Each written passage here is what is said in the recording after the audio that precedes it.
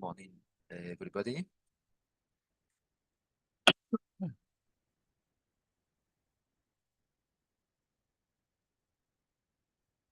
Wait for maybe 1 or 2 minutes, and then we can start.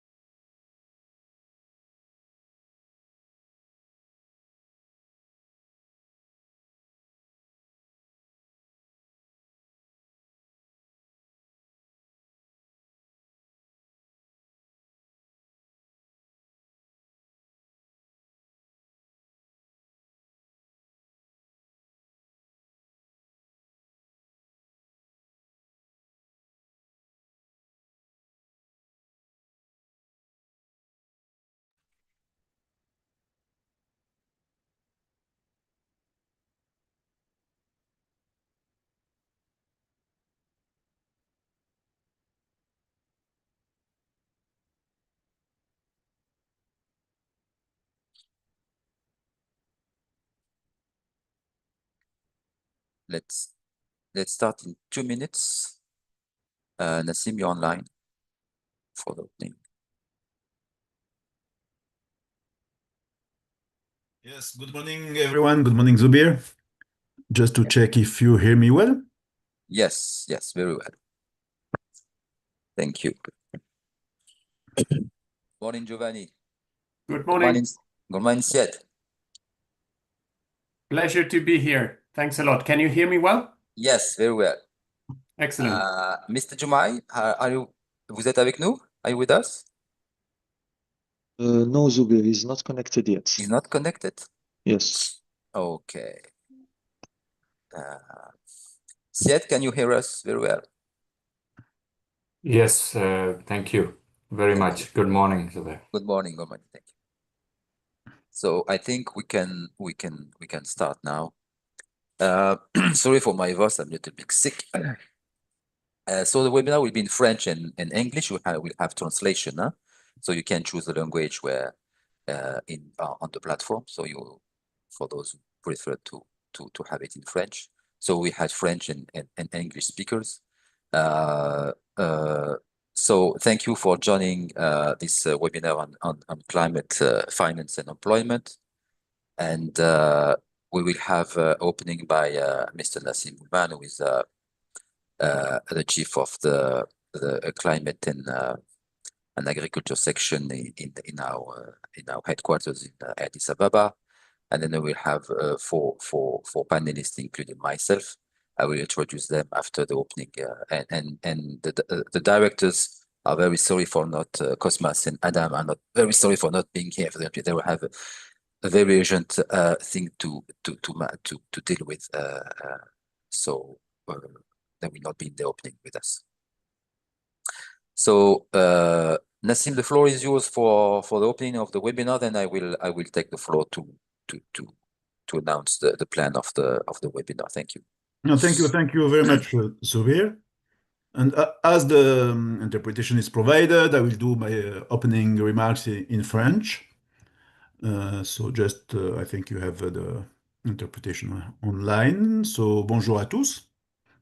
Et au nom de Cosmas, Ocheng et de la division du changement climatique, de la sécurité alimentaire et de la gestion des ressources naturelles, de la Commission économique des Nations Unies pour l'Afrique, j'ai le plaisir de vous souhaiter la bienvenue à tous à ce webinaire qui va permettre une discussion importante sur l'exploitation de la finance climat pour créer des emplois décents en Afrique, sur le continent. Les chiffres présentés dans la note conceptuelle qui a été circulée sont sans équivoque. L'Afrique fait face à une double injustice. Elle contribue à moins de 4% des émissions mondiales, mais subit les impacts les plus sévères du changement climatique. C'est une réalité du quotidien africain. Nos estimations à la CEA indiquent qu'une hausse de température de 1 degré centigrade pourrait réduire le PIB par habitant de l'Afrique de manière significative, menaçant directement les moyens de subsistance même des habitants et sapant nos acquis en matière de développement d'ODD. Face à cela, l'ancien modèle de croître d'abord et nettoyer plus tard, si vous voulez, n'est pas seulement obsolète, il constitue une véritable menace directe pour notre avenir, pour l'avenir du continent. Le travail de la CEA est donc centré sur une question fondamentale qu'on va débattre aujourd'hui. Comment pouvons-nous réaliser un saut technologique et économique vers un nouveau modèle de développement résilient au climat, qui génère à la fois de la prospérité et des emplois décents pour la jeunesse florissante de l'Afrique. Et ayant en tête les dynamiques démographiques qui sont à l'œuvre actuellement sur le continent, c'est vraiment, ça donne tout son sens à cette question-là. Notre analyse identifie 3 domaines fondamentaux sur lesquels nous concentrons nos efforts. Premièrement, nous travaillons à réformer l'architecture de la finance climat au niveau global, mais également sur le continent. L'Afrique reçoit moins de 5% de la finance climatique mondiale. Il ne s'agit pas seulement d'un déficit, c'est un dysfonctionnement du système. La CEA travaille donc à rendre le système plus favorable à l'Afrique, à contribuer à réparer ce système, à le rendre fonctionnel afin qu'il soit plus favorable à l'Afrique. Nous développons des instruments financiers innovants avec les pays et les partenaires, tels que la conception d'échanges, bien sûr, dette nature, le soutien à l'émission d'obligations, qu'elles soient vertes, bleues, souveraines. Nous explorons aussi des obligations, même régionales, pour aider les pays à accéder à des capitaux sans aggraver leur surendettement, connaissant la situation de surendettement d'un bon nombre de pays du continent. À travers des initiatives comme le registre régional du carbone que nous avons développé pour la Commission climat du bassin du Congo, mais aussi pour la Commission climat de la région du Sahel et également pour la Commission climat des États insulaires africains, nous veillons à ce que les nations africaines puissent ensemble participer de manière transparente au marché du carbone et vraiment tirer profit et non pas vendre la capacité à séquestrer du carbone à un prix très bas. Et justement, développant cette infrastructure ou cette architecture plutôt institutionnelle au niveau continental, en s'appuyant sur les différentes sous-régions, les groupements de pays, pour avoir rapidement une architecture institutionnelle africaine qui serve justement cet objectif-là. Deuxièmement, nous démontrons qu'investir dans les secteurs verts, c'est investir dans l'emploi. L'Office international du travail estime que jusqu'à 60 millions de nouveaux emplois pourraient être créés dans les secteurs verts d'ici 2030. Et le travail de la CEA vise justement à transformer ce potentiel en réalité, particulièrement le bureau Afrique du Nord à Rabat est leader dans ce domaine. Nous aidons les pays à développer des projets bancables dans les énergies renouvelables, dans l'agriculture durable, smart agriculture, les économies circulaires. Nous travaillons très activement avec la Commission de l'Union africaine sur justement le plan d'action de l'économie circulaire au niveau continental et sa déclinaison au niveau des sous-régions et au niveau des pays. Donc là, et en plus, dans ces secteurs-là, l'Afrique a un avantage comparatif qu'elle n'exploite pas suffisamment, donc accompagner nos pays pour mieux exploiter cet avantage comparatif. Nos recherches montrent que des investissements stratégiques dans ces domaines peuvent directement créer des millions d'emplois décents, tout en construisant les infrastructures résilientes dont nos économies ont besoin. Enfin, troisièmement, et c'est le point peut-être le plus crucial, nous posons les bases politiques pour une transition juste. Attirer la finance climat est une chose. S'assurer qu'elle crée des emplois durables et décents en est une autre. Le rôle de la CEA est donc de fournir les preuves et les cadres politiques nécessaires pour y parvenir. Nous plaidons pour des réformes politiques ciblées qui, justement, créent un environnement propice aux investissements verts et qui priorisent la qualité de l'emploi. Nous travaillons avec les États membres, comme par exemple les 9 États insulaires africains, pour renforcer leur capacité à accéder et à utiliser efficacement les fonds climat existants, en veillant à ce que chaque dollar investi contribue au développement durable et à la réduction de la pauvreté. Donc le défi, comme vous l'avez très bien compris, est immense, mais les opportunités le sont tout autant. Et ce webinaire est une étape essentielle pour transformer justement ces défis en solutions concrètes. Je me réjouis donc par avance des riches discussions à venir et je suis convaincu que les échanges que nous allons avoir aujourd'hui fourniront des recommandations claires pour aider à libérer la finance climat, non seulement comme une source de financement, mais surtout comme le carburant même d'une nouvelle économie africaine inclusive et prospère. Je vous remercie. Merci Nassim pour cette ouverture. Alors, ce webinaire va se dérouler comme suit. Donc, je vais commencer par une petite présentation introductive sur les enjeux du climat pour l'Afrique du Nord, mais et surtout son impact sur l'économie. Et puis, il y aura Monsieur Djoumaï qui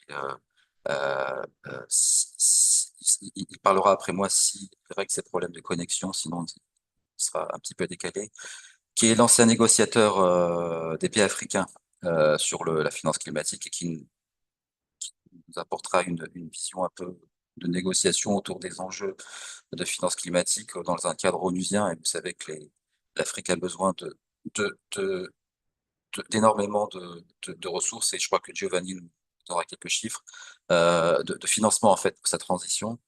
Ensuite, Monsieur Abbas, qui est le coordinateur régional pour la zone MENA de la Banque mondiale, nous parlera des perspectives offertes par la finance climatique en termes d'emploi. Et Monsieur Valenzi, qui est économiste senior à la CNUSED, et parlera de, de la finance comme catalyseur, la finance climatique comme catalyseur de la transformation structurelle de l'Afrique. Donc, Hamza, if you can share my presentation.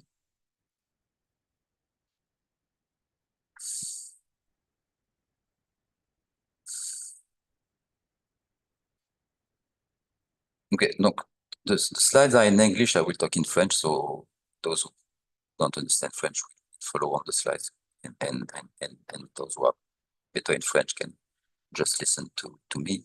Next slide.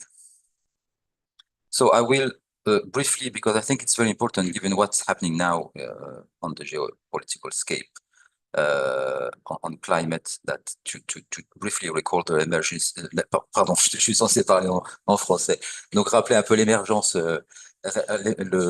l'urgence en fait de la situation dans laquelle on se trouve et qui est malheureusement pas suffisamment prise en compte par les gouvernements des différents pays, malheureusement.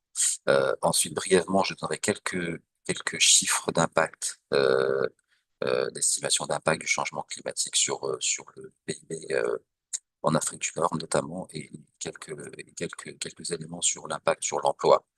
Et je terminerai en termes d'ouverture un peu sur les présentations suivantes, sur les défis en termes de politique publique qui sont immenses.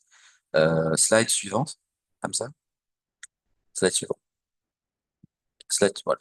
Donc, très brièvement, je pense que peut-être vous êtes complètement familier avec ces graphes qui font peur sur un peu le rythme du changement climatique vous voyez bien les courbes à gauche de la hausse des émissions de gaz à effet de serre et à droite la hausse des températures. Alors en bleu, l'Afrique et en orange le monde. Donc vraisemblablement un changement climatique qui s'accélère, enfin un réchauffement qui s'accélère.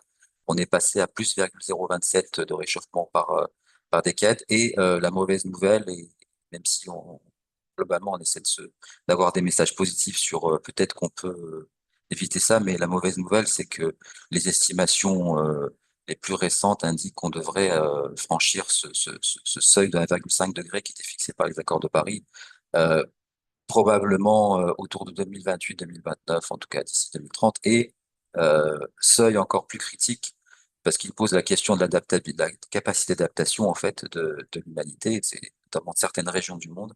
Le seuil de 2 degrés de réchauffement pourrait être probablement franchi d'ici la moitié du siècle. Donc en fait, on est très loin des objectifs qu'on s'était fixés de limiter le réchauffement à 1,5 degré à la fin du siècle. Slide suivant.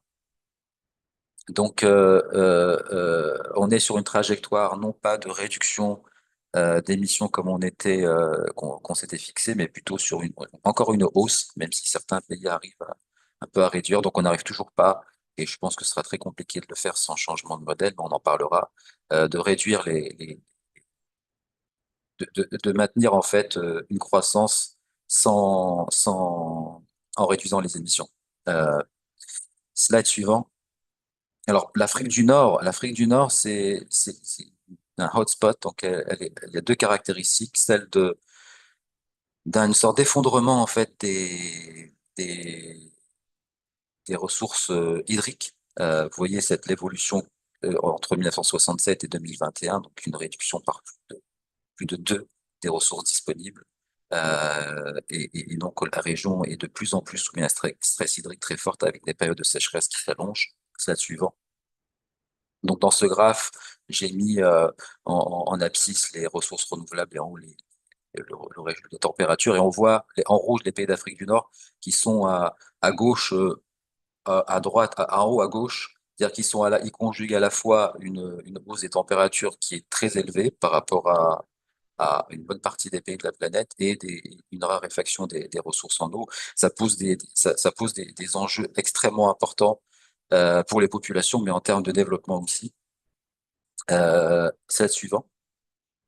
Alors, les conséquences économiques du réchauffement. Le réchauffement, bien sûr, c'est les températures qui montent, mais c'est aussi des événements climatiques extrêmes de plus en plus fréquents et de plus en plus importants, et qui ont des conséquences physiques sur l'économie, donc sur les actifs, mais qui ont aussi des conséquences sur les secteurs. Et alors ici, c'est deux graphes d'évolution, en fait, de réponse du PIB du PIB à une croissance en haut à gauche, c'est à une hausse de 1 degré de température globale, et en bas à une hausse de 1%, de 1 degré, pardon, des températures locales. Alors les estimations, c'est que 1 degré de hausse des températures globales ferait perdre environ 11% de PIB à l'Afrique du Nord à horizon de 6 ans, avec un effet en fait qui dure. Et alors, pour les températures locales, c'est à peu près 5%. Alors, ça concorde un peu à ce que la littérature récente trouve, en fait, notamment un papier qui a été très médiatisé de Bill Allen Kansing. En fait, jusqu'ici, on prenait les températures locales et on avait des hausses de température, enfin, des pertes de PIB qu'on jugeait acceptables, hein. C'était de l'ordre de 1 à 3% de PIB, et on pensait que c'était gérable. Et donc, ça impliquait un coût du carbone qui n'était pas très élevé. Mais les estimations les plus récentes, et je pense que plus le temps va passer, plus on aura des données plus récentes notamment parce qu'on est dans une période depuis quelques années de réchauffement plus important et d'impact plus important, on aura des estimations qui seront encore plus importantes. Au niveau mondial, là, on était à 1 à 3%, mais les estimations plus récentes, c'est plus de l'ordre entre 12 et 20% de perte de PIB mondial, ce qui est absolument colossal. Slide suivant. En termes d'emploi, donc puisqu'il est davantage le sujet de ce webinaire, l'enjeu pour la sous-région, c'est que en fait le changement climatique implique une sorte de changement structurel forcé. Forcé parce qu'en fait il y a des impacts sectoriels il y a à la fois des impacts sur certains secteurs qui sont très sensibles au climat, donc comme l'agriculture, mais le tourisme ou d'autres activités qui sont très sensibles aux conditions climatiques. Et donc, les impacts les impacts négatifs sur ces secteurs impliquent en fait des réallocations de facteurs en fait vers d'autres secteurs qui eux seraient plus résilients au climat. Et alors que en fait la région structurellement, souffre d'un problème de transformation structurelle. C'est-à-dire que la sous-région n'est pas capable de faire cette transformation structurelle, c'est-à-dire de réallouer efficacement ces ressources entre les secteurs les moins productifs, sur les plus productifs. Et là, c'est des secteurs qui vont devenir moins productifs parce que à cause du climat et qui vont devoir et donc des facteurs de production, le travail, l'emploi l'emploi et le capital qui va devoir aller ailleurs vers des activités plus vertes, des activités plus résilientes, etc. Et ça, la sous-région ne sait pas faire. Il y a beaucoup de facteurs bloquants de cette transformation structurelle et nous avons quelques études là-dessus au niveau de la CEA. Dans le cas du Maroc, par exemple, il y a une étude, un papier récent qui a examiné les réallocations d'emplois suite aux sécheresses et qui montre que c'est très très lent, que l'emploi n'arrive pas à se réallouer, donc on a une croissance du chômage.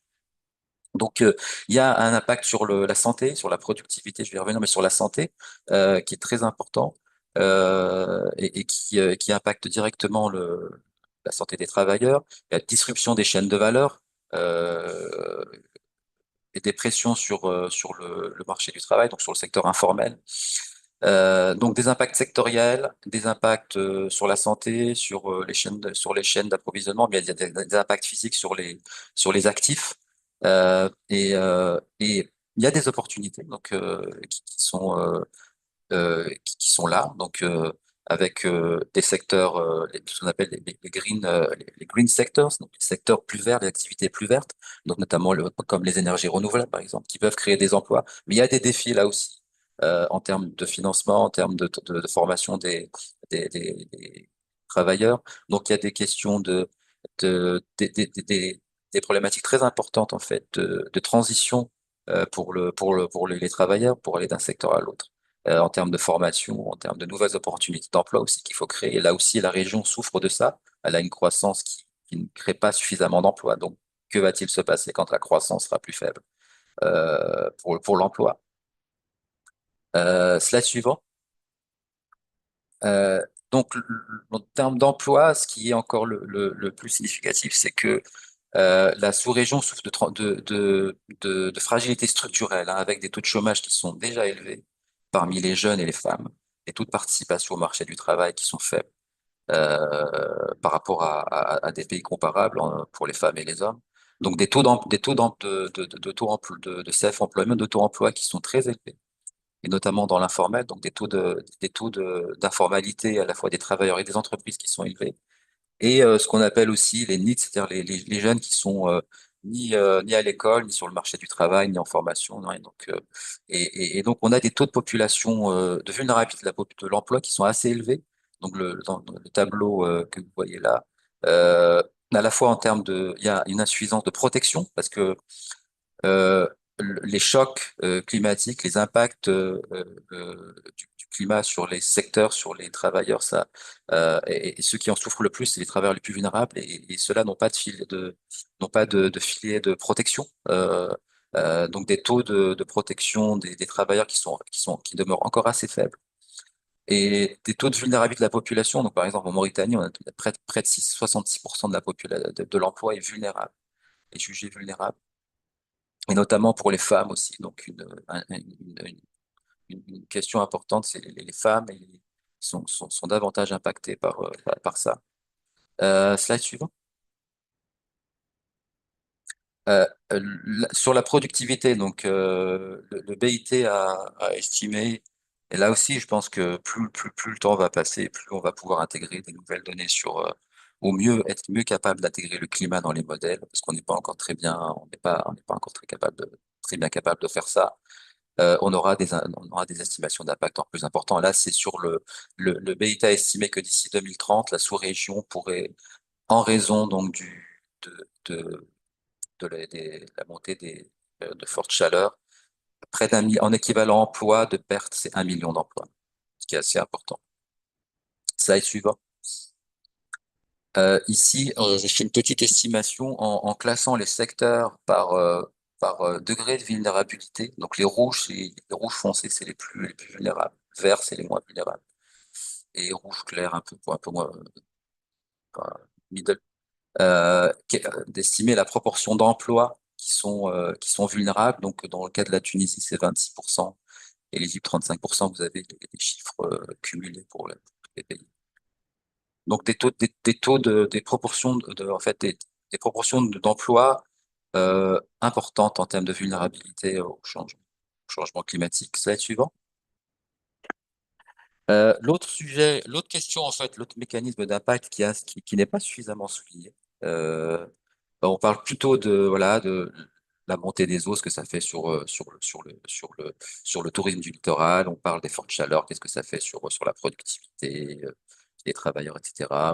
Ou les impacts physiques sur les secteurs. Mais il y a une chose qu'on oublie, c'est que en fait l'économie dépend de la nature. Elle dépend énormément de la nature. Et dans des secteurs qui sont assez intuitifs comme l'agriculture, hein, qui font de la biodiversité et et de la santé des sols, etc. Le tourisme, mais dans d'autres secteurs aussi, comme la production d'électricité, d'eau, et donc dans le mining, enfin dans beaucoup en fait, une grande majorité de secteurs dépendent des services rendus par la nature. Et ici, une petite estimation aussi de l'emploi qui est très dépendant, des parts de l'emploi qui sont dépendants des services rendus par la nature. Vous voyez qu'on est quand même à des niveaux qui sont, bon, à des dates différentes hein, pour les pays, mais à des niveaux qui sont relativement importants. En Mauritanie, par exemple, on a près de 34%. Donc, on a à la fois des impacts physiques directs, mais aussi on a des choses, parce que le changement climatique, en fait, enfin, l'impact des activités humaines sur l'environnement, c'est pas que le réchauffement, c'est beaucoup de dimensions.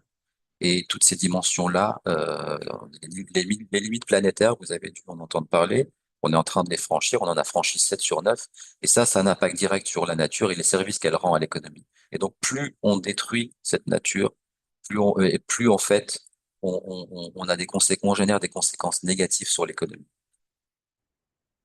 Slide suivant.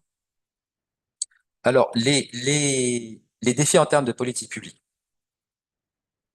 Il y a Je vais insister. Alors, il y en a de nombreux, mais que je vais pas je vais pas tous les couvrir ici, mais ceux qui me paraissent les plus critiques, c'est que plus il y a du réchauffement, plus il y a des événements climatiques extrêmes, et plus, en fait, on entre dans une ère, notamment quand on va passer les 1,5 degrés.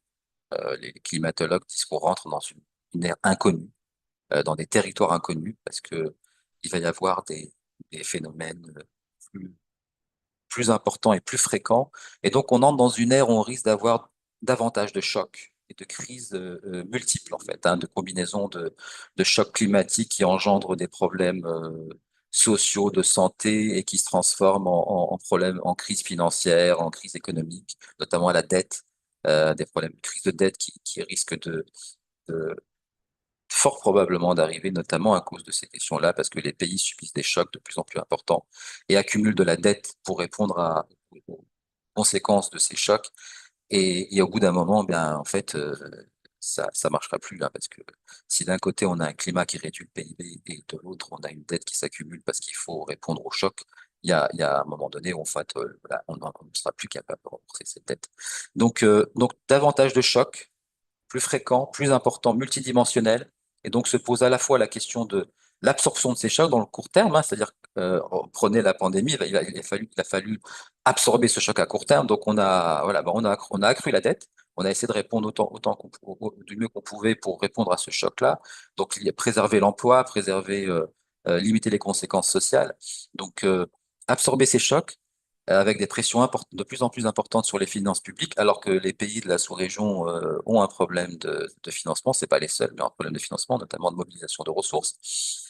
Et on a un enjeu aussi de maintenir les acquis de développement, parce que si on a des chocs de plus importants, regarde, le Covid a eu la Covid-19 a eu des conséquences de long terme, hein, en termes de santé, d'éducation, sur les finances publiques, même sur les chaînes de valeur. Donc, euh, et il y a eu dans certains pays, il y a un recul de l'espérance de vie. Donc, en fait, on risque d'avoir des pertes d'acquis de développement. Donc la question vraiment de la résilience et de la robustesse, qui sont deux choses différentes, hein, pour les modèles de développement devient critique pour moi. C'est pas que de faire de la croissance, c'est comment faire de la croissance, mais pas trop polluante, mais qui donne lieu à des économies plus résilientes. Et enfin, c'est gérer la transition, parce qu'il va falloir passer changer de modèle économique, donc faire de la transition durable vers des modèles plus durables. Et ça a beaucoup de conséquences pour les politiques publiques en termes de transformation sectorielle, de formation des travailleurs, enfin bref. Et par ailleurs, pour conclure le dernier slide, c'est que tout ceci se fait, dernier slide, slide suivant, comme ça. Tout ceci se fait en fait dans un environnement qui est beaucoup plus compliqué pour les pays en développement parce qu'on a une, au moins trois grands changements majeurs qui sont en train de s'opérer et qui rendent complètement, au moins en grande partie, obsolètes les anciens modèles de développement et qui compliquent encore la donne pour les pays en développement en termes de comment se développer. C'est les disruptions technologiques, donc l'intelligence artificielle, qui remet vraiment en question des recettes du passé en termes d'industrialisation et autres. C'est la fragmentation géopolitique qui a des conséquences importantes sur le commerce, on le voit, mais aussi sur les chaînes, donc sur la technologie, avec des blocs qui se forment et des restrictions d'accès à des technologies. Et donc un ralentissement de la diffusion du technologie qui a été montré dans les papiers récents, et aussi des flux de financement en fait qui se font vers les pays. Et le dernier dont j'ai parlé ici, le changement climatique. Donc tout ça, ça fait un tableau qui complique la donne pour les pays en développement et qui rend critique, encore plus critique, les problèmes d'accès au financement. Mais pour ouvrir un peu le débat sur la suite, juste puisqu'on va parler maintenant de la finance climatique et des besoins de financement des pays africains, c'est que euh, euh, probablement les sommes qu'on avance, pour terminer là-dessus, probablement les sommes qu'on avance, les besoins de financement qu'on avance, sont en fait probablement surestimés pour une raison simple, c'est qu'en fait on raisonne en fait l'objectif c'est de verdir les économies telles qu'elles sont, alors que nous savons aujourd'hui qu'il ne sera pas possible de réduire, de contenir le réchauffement et de réduire en fait, de revenir un peu en arrière sur certaines limites planétaires si on fait pas autrement, si on ne réorganise pas les économies pour les rendre moins nocives pour l'environnement. Donc, probablement, et c'est ce que devraient faire les pays, c'est ne plus être, comme le disait Nassim en introduction, dans faire de la croissance et essayer de réparer plus tard, mais plutôt immédiatement, en fait, changer les modèles et ne pas essayer de faire d'essayer d'atteindre une croissance hypothétique qui n'arrivera certainement pas, parce qu'on n'est plus du tout dans les mêmes conditions du passé, et en fait en changement de modèle, donc avec un modèle économique qui consomme moins en fait d'énergie, qui consomme moins de matière, euh, on devrait avoir en fait des besoins de financement qui sont moins importants. Et du coup, c'est aussi dans l'intérêt des pays de changer leur modèle, parce que si ils parviennent à avoir des modèles qui sont plus, plus climate friendly, ils auront aussi moins besoin de financement. Donc, il y a une convergence d'intérêts. Merci. Est-ce que M. Joumaï est connecté? Hamza. Oui, oui, il vient de se Voilà. connecter. Très bien. Monsieur Joumaï, vous êtes là? Bonjour, oui, je suis là. Bonjour. Je viens Alors, de me connecter. très bien, merci. Bienvenue. Je vous donne la parole. Est-ce que c'est possible de me la donner dans 10 minutes ou après le Ah, prochain d'accord. Très présentateur, bien. si c'est possible? Alors, so I will give the floor to Syed. Syed, are you okay to take the floor now?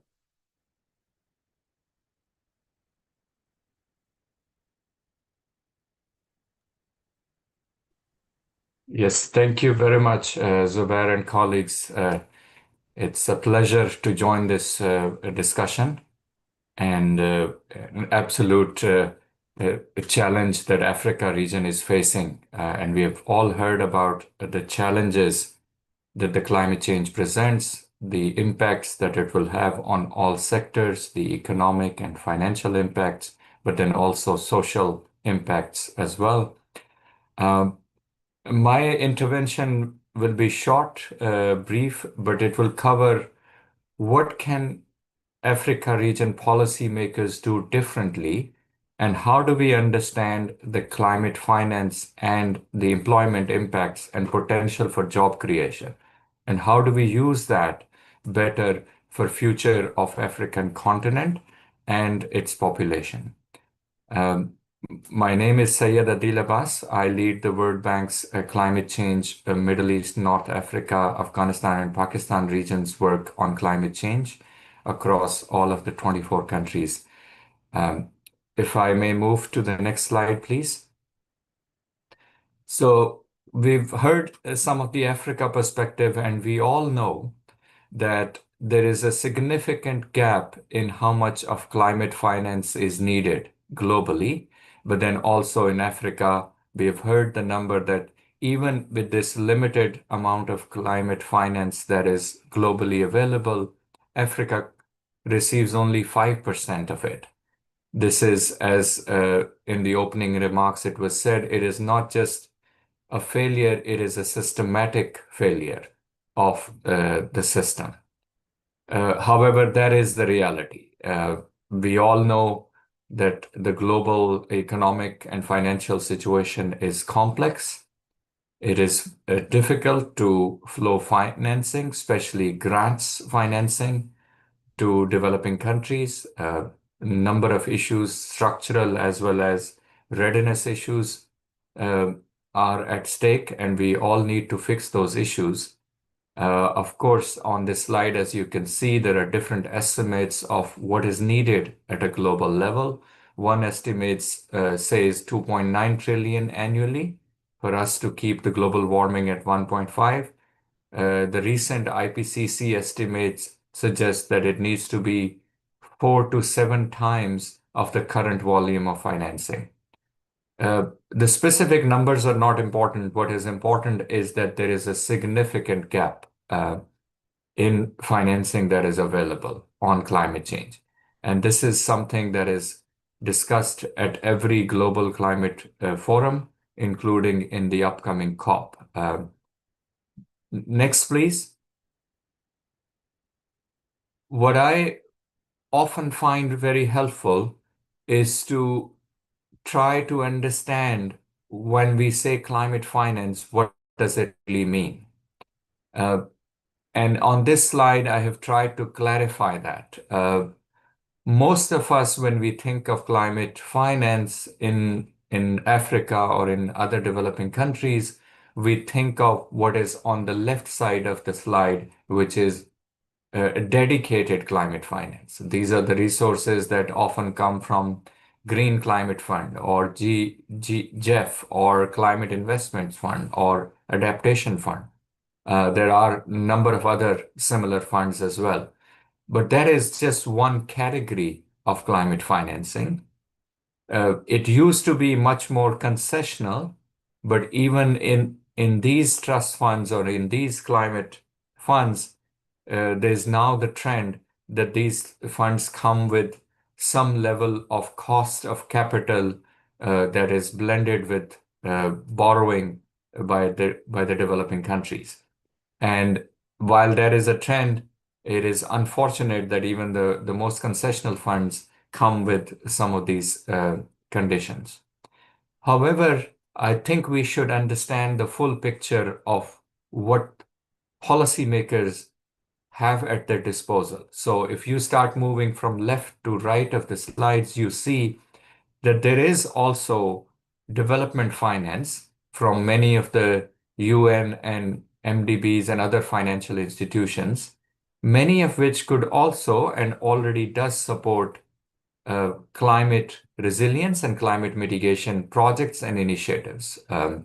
In Morocco, for instance, more than 14 years ago, the Noor energy project was started. It was a blended financing arrangement between climate investment funds and World Bank and other development partners funding, including African Development Bank. So when we think about climate financing, we need to think of this spectrum where there's dedicated climate financing resources, but then there are other MDB and partner resources as well. But beyond that, I think the country policymakers need to look beyond that. They need to look at how can we leverage at a country level resources that could come from private sector, And these resources can come, or financing can come. Of course, there's cost of capital involved, but then these can be very useful initiatives that could create social and economic benefits, including jobs and employment for the countries in different sectors. So there's private sector, of course, there's financial markets and other assets. And I'll explain this a little bit more clearly in the following slides. And then there's also public finance. Many of the countries have now globally started looking at how they spend their own budgets, and could some of those budgets, as they have also committed in many of the NDCs, how could those budgets also not just support, but then also leverage other sources of financing from private sector and then also international sources from dedicated and development institutions. So the policymakers need to look at this whole picture of climate finance to understand and to devise strategies that best fit the needs of the country. At the bottom in the brown, I've also highlighted that there is results-based climate finance. And this comes in two main ways. One is the voluntary carbon markets. And then, of course, there's Article 6 or compliance carbon markets under the Paris Agreement as well. Both these could be very well utilized to blend the existing sources that the country has, whether they're public or private, or to make the cost of capital of the investments in climate mitigation or adaptation or resilience lower than the market cost of capital or market cost of financing the projects. So all in all, this is, in my view, a more comprehensive way of looking at climate finance. And we'll talk a little bit more on the following slides. Next, please. We've also heard the numbers on climate finance and how and the impacts the climate change could have on the jobs. Here on this slide and in the couple of following slides, I present some studies where we have identified that if you do the investments properly and you do it in a way that is most needed at the local level in different sectors, there is huge potential to create jobs and then also reduce emissions at the same time. I mentioned one of the studies that was done, and it's publicly available. The International Finance Corporation of the World Bank did a few years ago. And this is a global picture. Of course, I am more aware of the numbers at the MENA region, but then also Africa region has, the study has specific numbers for every country that was assessed for this study in Africa region. However, at a global level, just $200 billion of investment in specific 7 sectors can create 4.2 million jobs and reduce more than 111 million tons of emissions, carbon emissions by 2030. This report was published, I believe, in 2022.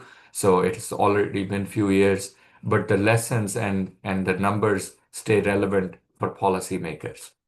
Next, please. This is another more recent study that IRENA has published, and this just shows the potential of employment or job creation in renewable energy itself. And as we all know, many countries in Africa has significant potential if the right investment and if the right projects are developed for renewable energy scale up. This report says by 2023, there's already renewable energy is creating more than 16 million jobs across the world. This is again a global figure. There are specific regional statistics available in this report as well. So this just shows, of course, renewable energy is perhaps the largest driver of job creation for climate change, but this just one sector and subsector has such significant potential, and it is rising. The trend is very clear. So the question for policymakers is, how do we make sure that we use the investment and projects in a way that creates more jobs? Next slide, please.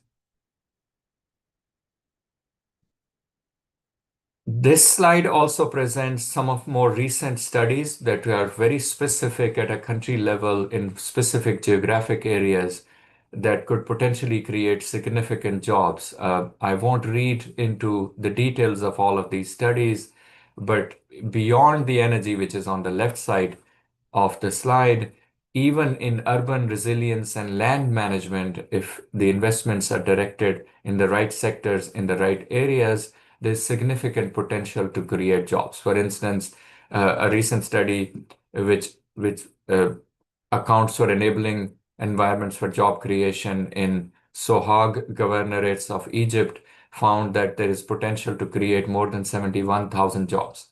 While these numbers are smaller in comparison to the global numbers, but 71,000 jobs is significant number of jobs for those specific geographic areas, which means there's huge potential across the country.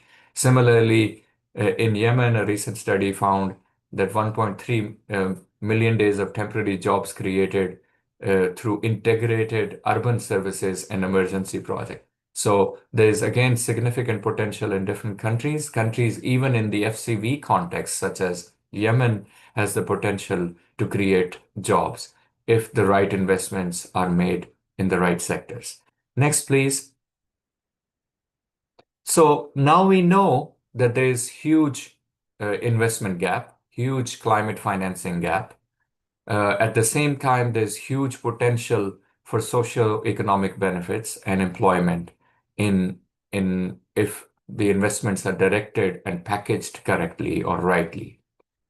What does this mean for policy makers? How can we then look at the domestic resources, the private capital, and concessional finance? What we do at the World Bank, we work with countries to increase public finance and domestic resources for climate action. We help client countries to assess, reform fiscal policies, including fossil fuel subsidies and carbon taxes, prepare for and implement carbon pricing, so what I mentioned as results-based financing, and build and participate in global climate carbon markets as well. What this does, in addition to using the domestic resources, it leverages the potential for concessional dedicated climate finance resources and brings in more interest from private capital. I know we've already said this, and let me repeat this. It is unfortunate that we have to see this huge concessional climate financing gap, but we also live in the real world, and we realize that we have to work with this reality. And that's why it is important to use all possible sources of financing so that we can leverage more and more concessional and then private financing domestically and internationally. On the next slide, I explain it a little bit better. So this presents a spectrum of these financing. Again, do not get me wrong. I am not saying that countries are responsible for leveraging financing for climate action. All I am saying is that there are a number of ways that domestic financing, domestic policies, domestic instruments can be used to bring in more international, concessional, dedicated, and private financing. So on this slide, I present different sources and different instruments that policymakers can use to leverage financing. In my view, countries in Africa that use this menu of options between domestic and international and public and private will have much more prosperous economic green growth going forward and more resilient economies, more resilient systems at a country level, at a national level, at a local level, and would create significant potential for jobs in future. So I've listed the sources. I'm not going to repeat or read all of them. This slide really just depicts this huge menu of options and huge potential sources. Some of these do not work in all sectors, in all countries, but this menu is so wide that some of this can be worked for pretty much any country in the world, especially in Africa. Next slide, please. Here is another example. We looked at my first slide, the climate finance gap. But this is just to show that there is huge amounts of capital globally available that is waiting to be deployed in different countries. The role of the policymakers is really how can we make our country, our program, our sector, our city, our urban location more attractive to receive financing in the form of projects, in the form of investments, through mobilization of domestic, public, international public, and private resources. On this slide, as you can see, I just presented the top 4 global assets or funds, and the numbers, as you can see, are in trillions of dollars. This financing, and trust me, I've talked to policymakers in different countries, especially in Europe. This financing is awaiting to be deployed. This is deployed in several different ways. Of course, it is challenging to bring that financing in. There's a lot of readiness that these countries need to do. The capacity to receive this financing, the capacity to develop investment readiness projects. But this financing is there and it is invested. Many of these are pension funds, and they deploy in different sectors, different countries already, and they have global outreach. Some of these also already utilize results-based or climate financing. And now that the Article 6 of Paris Agreement is agreed in COP29, at COP30, you'll see many more countries starting to utilize results-based financing. And some of this financing can also be leveraged for that. Next slide, this is my last slide. Now, how can this be done? I think we need to do a different framework of this of looking at how climate financing can be used. I'm one of those people who would advocate that we should use financing that best meets the needs of the countries, not necessarily the global climate financing goals, even though both are important. But at a country level, as a policymaker, what should be at the forefront of a policy should be how can we make green and economic growth and resilient economic growth going forward. We know that there are a number of SMEs in many of our countries. Those are businesses that have significant barriers to financing. How can we bring financing to those SMEs? Because those are the businesses or those are the enterprises that has the highest potential to create jobs. So that to me is one big area where we can work with the banking sector, the microfinance institutions, the public banks, and the international finance sources to really unlock barriers to financing SMEs in African countries. That would create the highest significant potential for jobs going forward. Green growth should be at the forefront of policymakers. Green and resilient growth. How can we protect our water? How can we use our water more effectively in different sectors? Many of you have seen the analysis. Just in agriculture, 70, 80, 90% of water, even in water scarce context, is used. So how can we make that more efficient?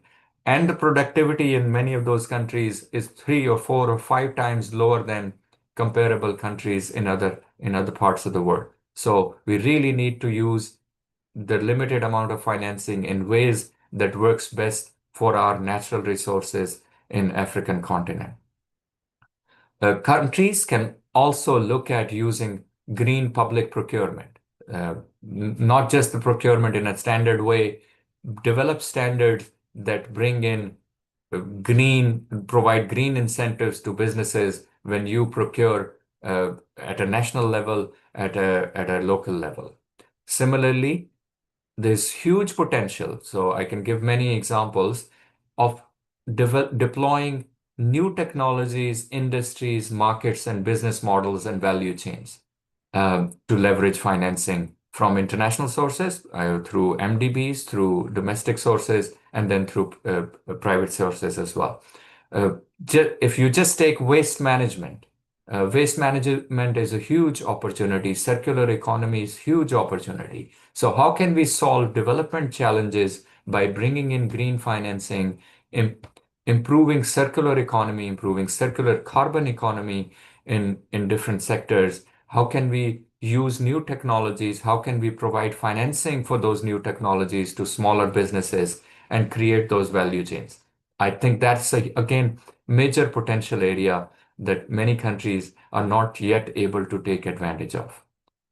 This would create new sectors. Of course, our public education systems, our training and vocational programs need to prioritize new skills in these new business models and new technologies so that they can become a catalyst for labor force transformation. We really need to look at our labor statistics at every country to see what can be done differently. How can we train and retrain our current youth and unemployed workers so that they can be immediately employed in these new sectors. That is it from me in terms of my presentation. I would be happy to stay and discuss any of this and answer any questions. Thank you very much. Back over to you, Zubair. Thank you. Thank you, Seth. Thank you very much for this interesting presentation where you talked about the significant gap of climate finance, the categories of climate finance that are available for countries and the opportunities in terms of employment. I will have a few questions, but that at the end in the discussion part. Let me now give the floor to maybe to Mr. Jumai to talk about the issue of the climate finance negotiation for African countries. Mr. Jumai? Yeah, thank you, and sorry for the technology weaknesses that we are having with regard to the internet. Well, first, do you hear me well? Yes, not very, very well, but we can hear you. Sorry, I'm in a quite windy place. I will try my best to make myself being heard as well as possible. My presentation will be, let me say it as a basement or fundamental compared to the levels of the high level presentation that were made before me by the previous panelists.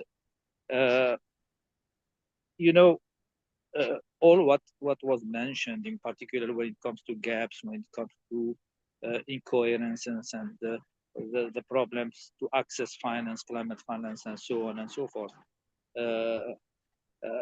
are true, are the reality that we are living in this process, in the different processes. However, the issue is that why we are having this. Most of the time, we say that it is about the MDBs, procedures, this is about the governments and so on and so forth, the private sector, the markets. But the reality, and this is what I will try to share with you, and this may be, let me say, one small part of what is happening around when it comes to the climate finance landscape, or as was presented by Dr. Abbas, the climate finance ecosystem.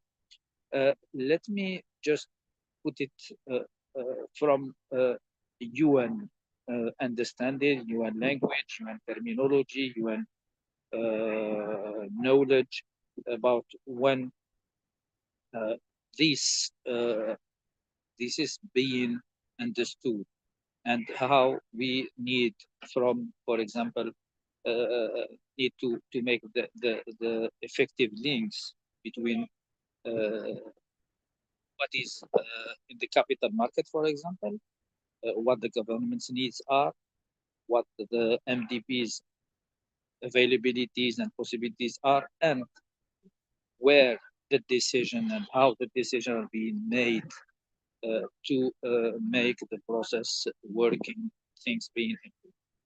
And this is the main reason.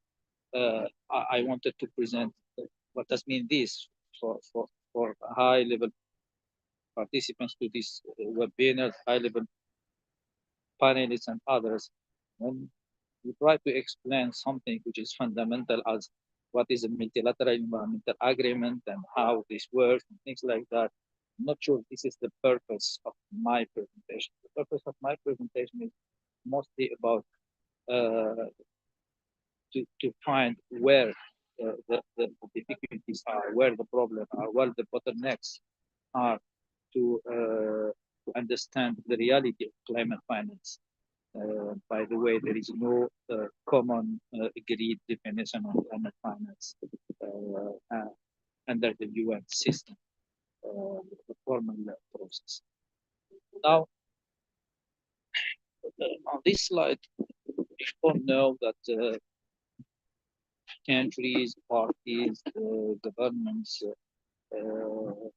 when they have meetings, conferences, and based on scientific knowledge, scientific findings, economic findings, and sometimes others, then they agree to try to launch under the UN system a process to see if they can have an agreement, treaty, a UN multilateral agreement on the consent to try to fix the situation, try to what's happening in the ozone, what is happening in desertification, biodiversity, and so on and so on. And the most important elements that parties need to define when it comes to UN treaty are agreement on principles, objectives, responsibilities, obligations, commitments, implementation, and so on and so on.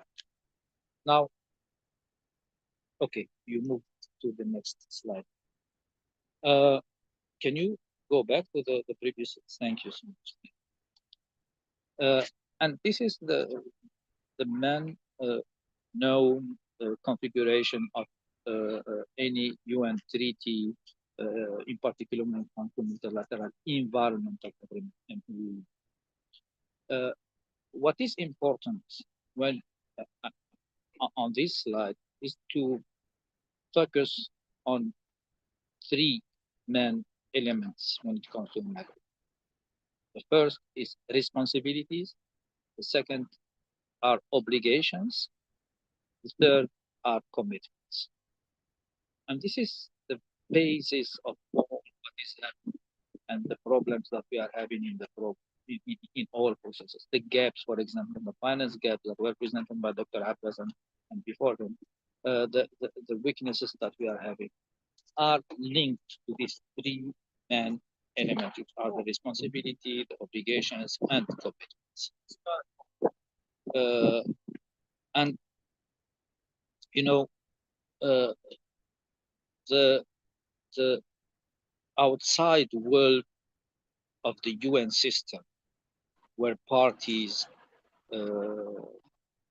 sign, ratify UN treaties, climate ones, and others, the outside world thinks that the private sector, the philanthropy, all others are the ones that, of course, we all know that where the money is and we know how things are being done. But what we don't know is what's the impact of the decisions taken under the UN system on what is going on outside the UN system. Next, please. For example, let's take most of the UN environmental treaties have what we call a financial mechanism, which is based and decided on different elements that we have on the screen, which are the fundamental elements, and then it enter into force.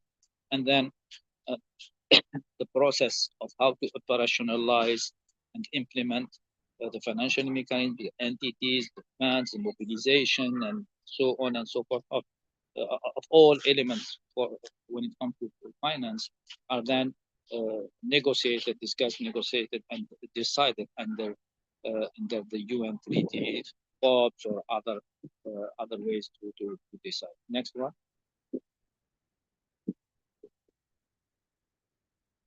On the financial mechanism, this is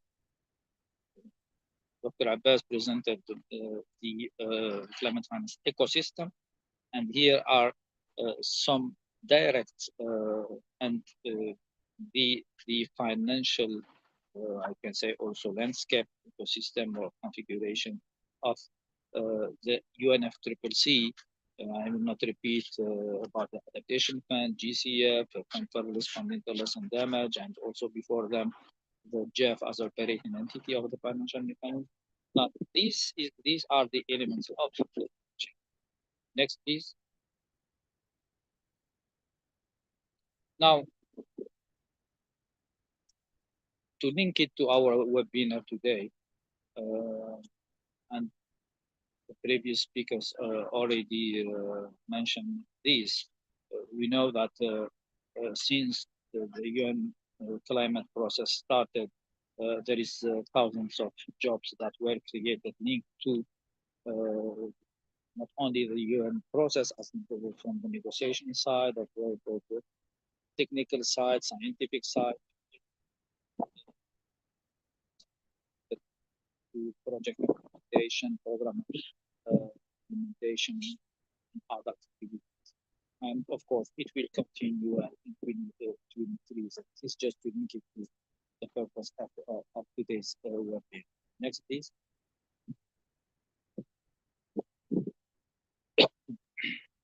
Here are some, let's say, fundamental and very, very simple terminologies or main finance terminology that is being used in the UN treaty. Let's say the UNFCCC convention, the Paris Agreement. If you take just this example, all these are being used. Some are not used directly, but a little bit used behind the door, like earmarking, how we use preventive equivalency. But let me just, not to explain all of them, just of these words that are being used in an agreement in the text. And what is the difference? And the difference is about the implications on the mobilization of resources, the access to finance, to the resources, and overall. And the next slide, please. I'm trying to show the difference and the understanding, because in the negotiations and the decision being taken, let's say the last one was about the NCQG, the new collective quantified goal under the Paris Agreement. The difference between using the word provision and mobilization.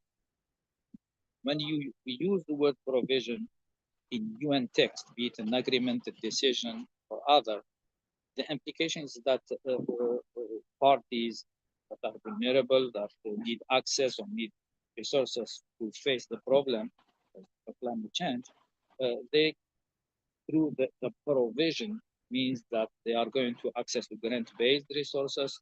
We will have a fundable project, and they will have clear full eligibility. When it comes to mobilization, mobilization is not a provision, and it's mainly about investment. It's a debt-based financial instrument. It's about market, about taxes, and other financial instruments. And these two words have huge implications and are very linked to the gaps that we see. Okay. And why these two words are very important. For example, Plastic Pollution Treaty that is having difficulties to be adopted by countries. one of the main reasons is the divergence of views between those that want to have the word provision in the finance chapter for plastic pollution and the others for mobilization. And this shows what is the eligibility. But if you take these two words and link them to the three main important words that I presented before, which are responsibilities, obligations, and commitment. The meaning, the application, the use, and the consequences of using mobilization or provision are huge. So, on responsibilities, application, and commitment, it makes a huge difference. I mean, this is what is happening under the Paris Agreement. There is a shift of responsibilities, climate finance, other elements, from those that have the historical responsibility of climate change to those that are newly, let's say, ESG emitters, the new emitters, the emerging engines. Now, it's okay. That is fair that when you become emitter, you need to have responsibilities and to solve the situation. However, the problem is that in the Paris Agreement and the 1.5 objective and the global goal, it says that everybody has to do something, including for the historical responsibility. And on the obligations, commitments, for example, on climate finance, this will change a lot because some that were not or did not have historical responsibility will be obliged to provide resources in accordance to the decisions or to what is under the Paris Agreement, while they were not responsible on finance, for example. And the other element is that on mobilization, you have investment, you have capital market, you have markets, you have debt-based financial instrument, loans, and so on and so forth. Now, you have to ask the following question. Do we need a UN treaty to access to debt-based financial support or instrument? Not sure. Governments and countries don't need debt-based mobilization, private sector investment, UN treaty to get access to funds. They can go to the capital market. They have attractive projects and programs. They go there and just attract the investments bilaterally or using their own rules and modalities. But now, under the UN system, the Paris Agreement, for example, there is mobilization, and this mobilization leads to something that is crazy, accessing to loans, accessing to things that will be debt-based, using UN treaty, and on top of that, they are going to use also the transparency rules and the reporting rules on that. It's something that is not normal, and this is why this is one of the reasons why it's not working. The last slide. Next one. Last one. I thank you and hope and will be pleased to respond to any question. Thank you. Over to you. Thank you, Mr. Jumai, for this clarification elements about the climate negotiations. I will give the floor now to Giovanni Valentini, who will talk about how climate finance can catalyze the transformation of Africa. The floor is yours, Giovanni. Thank you very much, Zubair. I hope everyone can hear me well. It's a pleasure to be here and collaborate with all colleagues in ECA. So what I'm going to do is to try and present something that is complementary to what has been discussed so far, and meaning essentially how climate finance can be a catalyst for Africa transformation. Next one, please. I think all panelists have summarized very well the twin challenge that Africa is facing. On the one end, despite accounting for a negligible share of greenhouse gas emission, it is heavily affected by climate change. And that applies through both physical risk, meaning risk of destruction or adverse effects on productivity, on ecosystem services, and so on, but also from transition risks, meaning risks that originate from the fact that African economies or other economies are trying to transition to low carbon economy, and therefore asset prices may fluctuate, commodity prices may also fluctuate, and this creates volatile dynamics in a sense. Now, this negative effect, as was said before and as was validated also by the IPCC assessment, affects many key sectors for Africa, starting with the water scarcity, but also adverse effects on agriculture, on livestock productivity, on fisheries, on human health, on infrastructure and key economic sectors. So we're facing a situation where the impact of climate change is going to negatively affect livelihood and prosperity. On the other end, we know that because of the demographic dynamics, Africa needs to generate over 50 million new jobs each year if it wants to absorb the entrance in the labor market in a productive way. And by 2030, it is estimated that half of the new entrants in the global labor market will be African. So if we're looking at a continent that has to reap the benefit of this potential demographic dividend, it is clear that the employment challenge is going to constitute a key element. On top of it, we know from past experience that employment is critical also to ensure that the transition to a low carbon economy is also equitable and fair. Next one, please. Now, I think the previous speakers, and in particular Syed, had summarized very well the climate finance ecosystem of today. I think if we look at it, keeping in mind the previous challenges, we can see a few key limitations or flaws. First of all, as was said before, mobilization remains woefully inadequate. Of course, the quantity depends on the sources, but it's very clear that there's a unanimous consensus on the fact that climate finance mobilized is largely insufficient to keep within the band of the 1.5 or even 2 degrees Celsius above the pre-industrial revolution.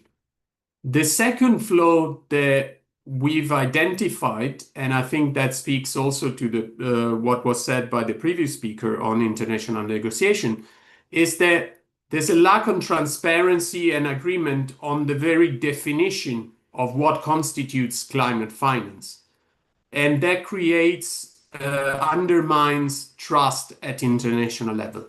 There are concerns about the additionality of climate finance, which was supposed to be new and additional, but there are concerns about double counting of certain flows for aid, traditional aid purposes, or for climate finance. There are concerns voiced even by the UN Secretary General about greenwashing. And so that creates a lack of transparency, which also triggers complexities in leveraging these flows. The third point I would highlight, and I think it was very well presented in one of the previous slides that were shown before, is that the climate finance ecosystem is fragmented and relatively complex in terms of multiple different instruments and so on. And that is particularly relevant for Africa because Africa tends to depend in a more pronounced way on international climate finance flows rather than domestic ones. A fourth element of criticality in this landscape is that most climate finance tends to be skewed towards debt-creating instruments. And we know that we are living since the last 3-4 years in a context where debt vulnerabilities are increasing, particularly for low-income and lower middle-income countries.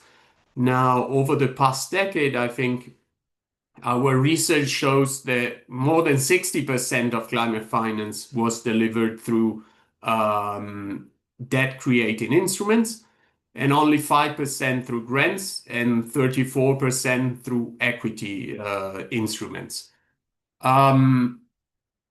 Fifth, one of the things that perhaps has not yet been mentioned enough today is that there's a bit of a mismatch globally between the funds that go towards mitigation purposes and those that go to adaptation purposes. Of course, in the context of many developing economies, notably the African ones, adaptation needs are critical, and yet most of the climate finance tends to go to mitigation because essentially the business case for that climate finance is relatively easier because the market for this new technologies and so on is already there in a sense.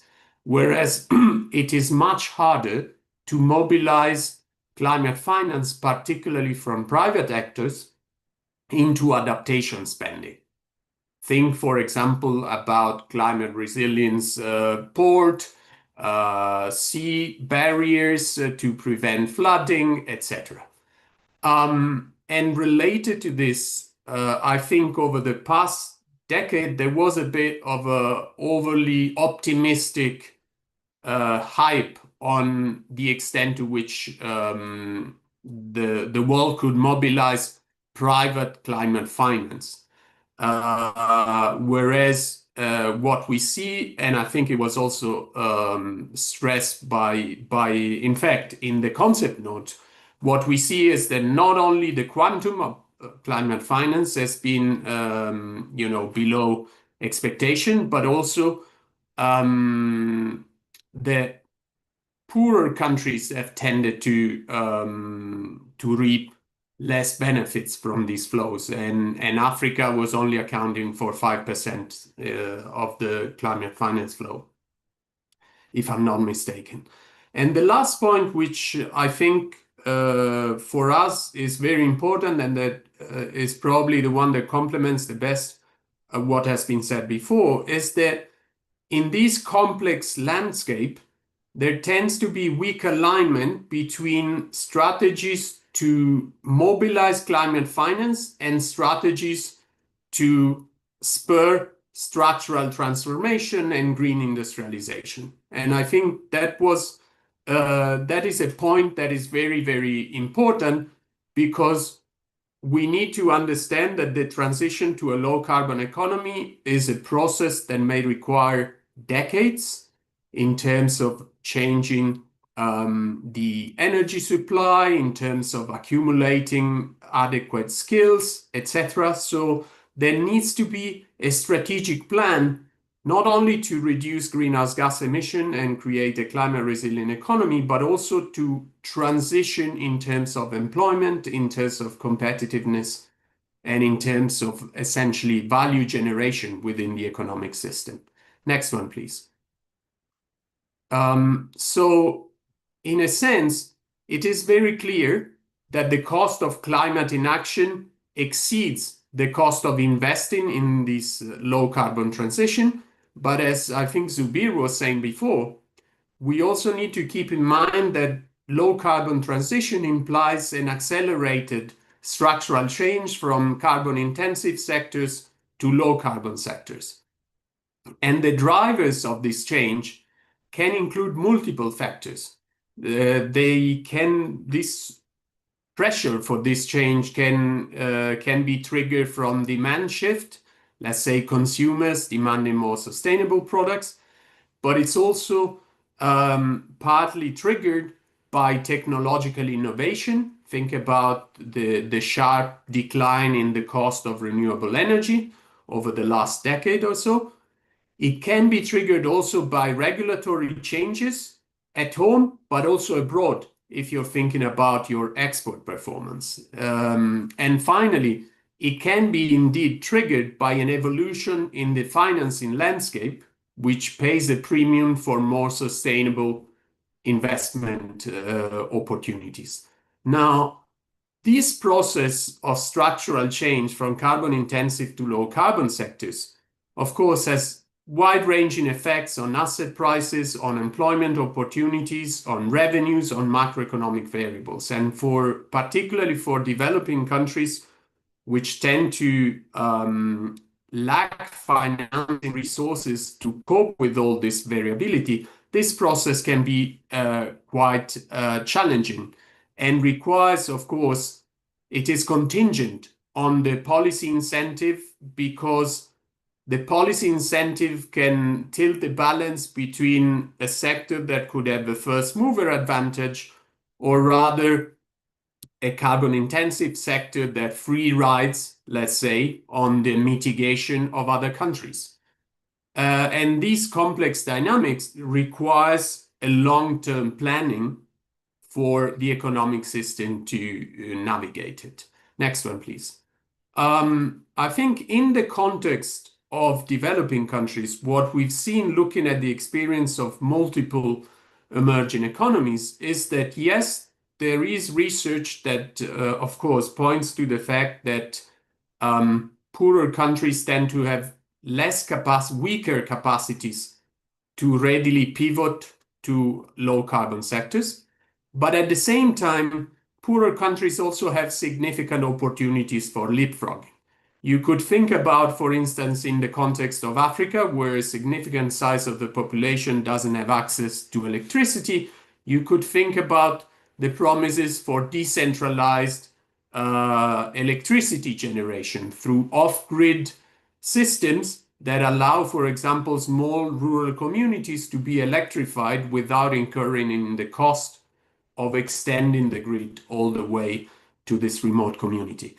However, we've seen in other developing countries as well that there can be green windows of opportunity in this sense, whereby with the appropriate industrial policy and long-term planning, countries can gradually acquire the capacity to penetrate, for example, the manufacturing of certain technologies, think about China and solar PV, or related services opportunities that could be unleashed, etc. But the scope for this innovation depends on the national policies that are in place and on the extent to which the science, technology, and innovation ecosystem is ready to adopt new technologies and domesticate it, meaning adapting it to the local context. Next one, please. Now, to move to the last part of my presentation, I wanted to give you a couple of examples of how sectorally one could think of the challenges, but also the opportunities of different types of climate finance. In this slide, we are talking about blended finance, so private investment that is mobilized through the use of, let's say, ODA or public concessional funds. What I've plotted here is basically the amount that is mobilized in Africa, but in targeting selected sectors. And I was thinking about the food, energy, water nexus. So I looked at agriculture and food assistance, energy, and water and sanitation. And I divided the amount mobilized over the last 10 years across the different leveraging mechanisms. So if you look at the left panel, what you can clearly see is that the appetite of private flow mobilization or blended finance for different sectors is very, very different. You see that most of the flows were channeled into the energy sector, much less to agriculture and food, and relatively little to water and sanitation, which as a sector tends to be more challenging in terms of future profit generation and income generation. But if you also look at the percentage share of the different leveraging mechanism in each sector, what you see is that the sectoral characteristics affect very much the type of instruments that can be utilized to mobilize this finance. And this speaks to what Syed was saying before, meaning that policymakers have to acquire the capacity to leverage the right instruments vis-à-vis the needs of the country and the specific sector that is targeted by this mobilization. So there needs to be consistency between the strategies you put in place to mobilize finance and the objectives that you have in terms of industrial policies or structural transformation. And here we see it for selected sectors which are critically important for Africa, because we've seen that, well, first of all, agriculture is one of the main sources of employment in most African countries. And it's a sector where climate change impacts on productivity and ecosystem services will be most adverse. You see it for the energy sector, whereby, of course, that is the backbone of essentially productive capacities and will be critical for transition towards a low carbon economy. And you see it for water and sanitation, knowing that water availability, as was shown before, is one of the critical dimensions through which climate change will likely affect the region. Next one, please. In this slide, instead, I wanted to unpack a little bit the connection between the energy transition and the financing conditions that a country is facing. And to do that, what I did was to compare the levelized cost of energy, meaning the net present value of all energy costs for a given technology throughout the lifetime of the investment, divided by the energy production, so the unit cost, so to speak, over the full horizon of that investment for different technologies. And to give you an indicative picture, I did the same calculation using an interest rate of 4%, which was the default interest rate that was suggested in this application from the Danish Corporation Office, and an interest rate of 10%, which is a median of the bond yield African countries face when borrowing in the Eurobond market. You can see that just as this small change to the interest rate, no change whatsoever to the technological parameters, tilts the balance precisely against the renewable energy. And that is because essentially for renewable technology, the capital cost in relative terms is the biggest share of the energy cost, because you need to invest upfront in the solar or wind or biomass generator, which will then provide an income throughout its lifetime. And so what you see is basically that increases in capital cost can completely change the economic incentive to transition from one technology to the other. Put in different words, what you see is that the cost of capital affects not only how fast countries can transition from high carbon to low carbon technologies, but it can also affect the directionality of the change. And this is critical because, as we said before, Africa is one of the continents with the greatest renewable energy potential. And so this uneven financial condition ends up creating missed opportunities, not just from the point of view of African economies, but if you want, even more globally, because that's a region where actually renewable technology would be most productive. And not to speak about the fact that if we're talking about technologies that need to be rolled out in Africa, there's not only the concern of economic profitability, but also the concern of energy prices, affordability, and how you would integrate these technologies into the broader energy system. Next one, please. So to wrap up, I would say, I would summarize my short presentation with 6 key points. The first one is that domestic resource mobilization remains at the cornerstone.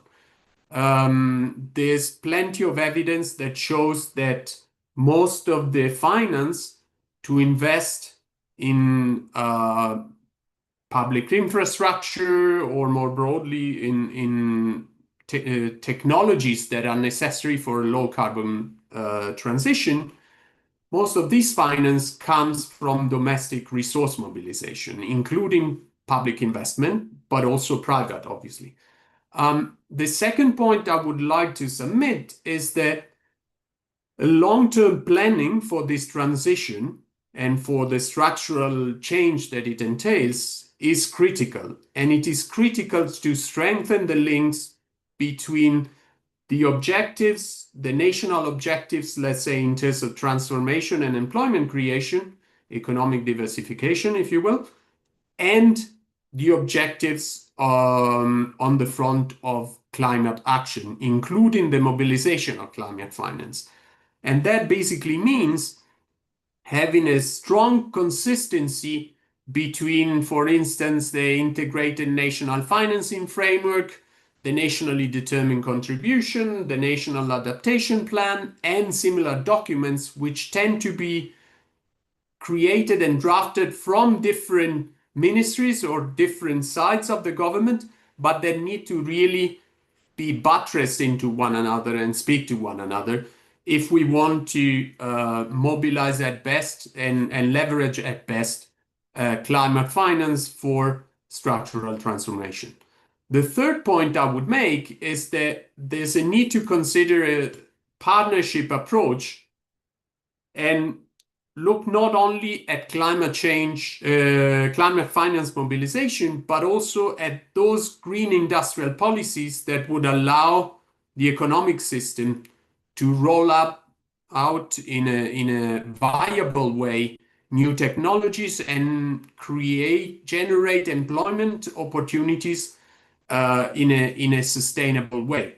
I think there's abundant evidence that was cited before to show that these low carbon sectors are very promising in terms of employment creation.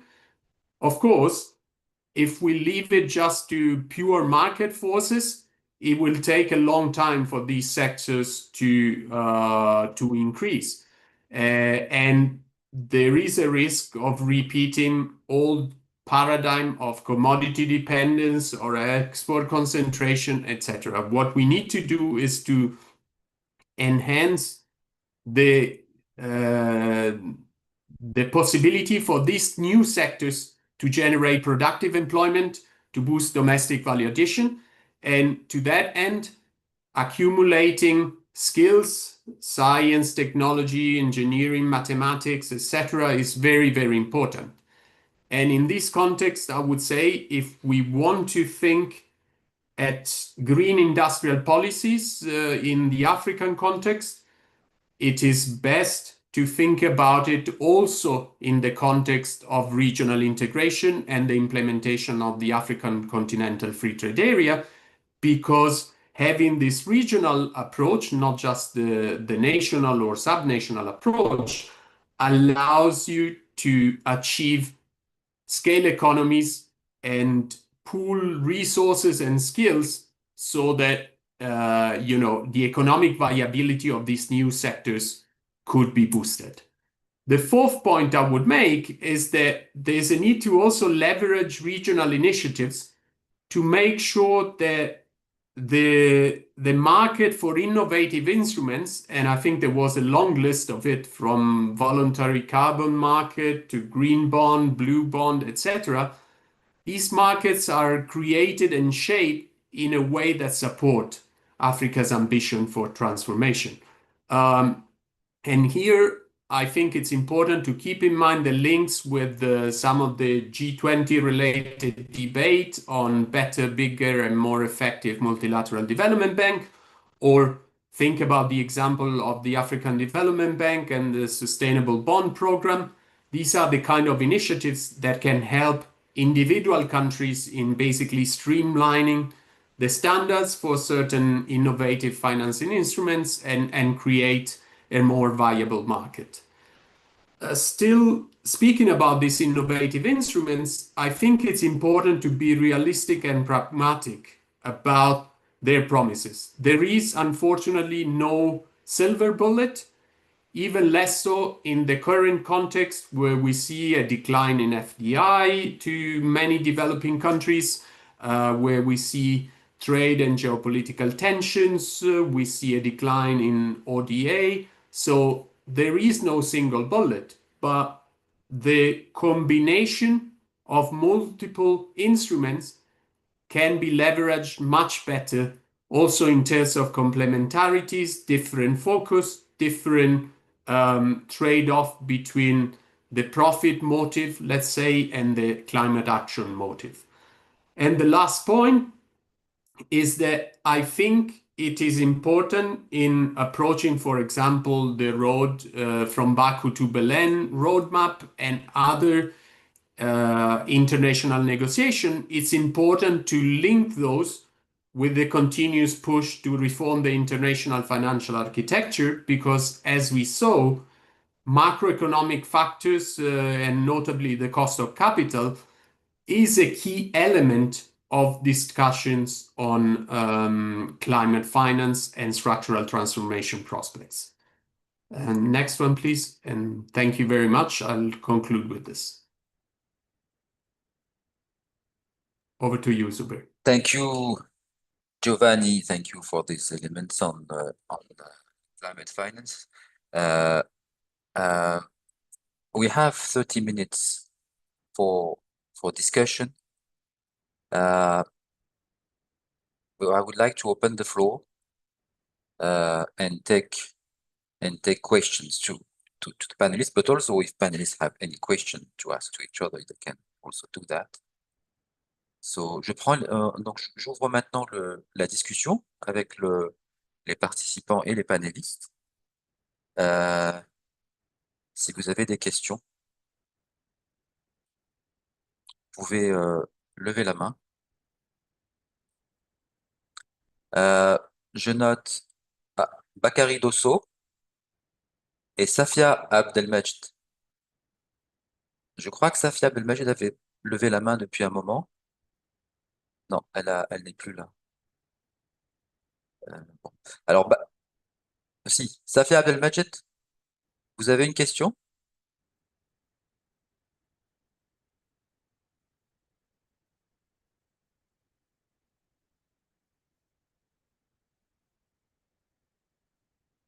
Non. Alors, Bakary Dosso. Thank you very much, Zubair, and thank you for this webinar. It was which is very instructive. My question is on the skill gap, creating a skill gap. What do you think that the member state country should do in order to bridge this skill gap? Because certainly there is in terms of green, there are many skills that we don't have on the continent with regard to all the perspectives that were raised.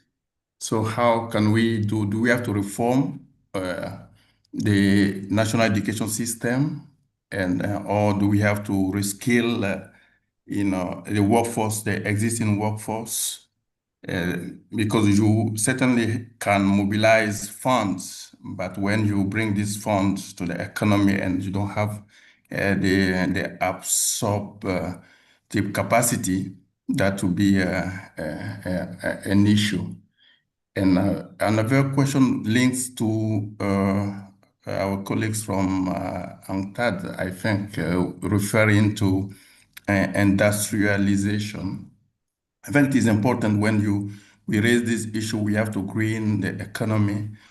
But I think the part related to how can we contribute in terms of, instead of using the technology that are produced elsewhere, like solar panels and other stuff, I think that how can we build those technology within our continents? Thank you. Over to you. Merci. Thank you, Mr. Dosso. Mrs. Abdelmajid, you still have a question or not? Because your hand is still raised. Okay, so maybe she has left. We have a question from no one for now. So let me ask a question, and then maybe you can answer to. Oh, we have Mrs. Huda Mejli. Yes.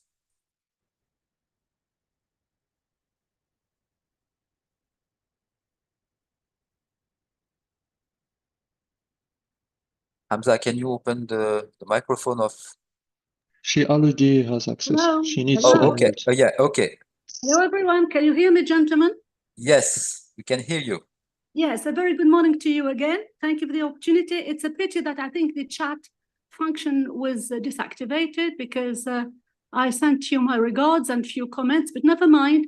Thank you for giving me this opportunity to put my question. I'd like, first of all, to commend all the presentations, which I really enjoyed very much, and I learned from all these all this information and reports and studies that were referenced. A special thank you and congrats to the organizers of the webinar and to all the presenters again. The interpretation at some moment, in some instances, was a little bit approximative, especially into French, but never mind. I'd like to again refer to the presentation which you have kindly shared and raise the question of governance. I mean, I haven't heard the word governance mentioned in any of these presentations, though they were quite exhaustive and some of them mentioned the word transparency and everything, but in the comments and recommendations made to policy makers and decision makers, I haven't heard the word governance. How can these funds and can this funding be really well earmarked and well spent and channeled to the sectors that really need it? And how can, for example, our MPs, the parliamentarians in our different countries, be sensitized and have their awareness raised on this matter? Thank you.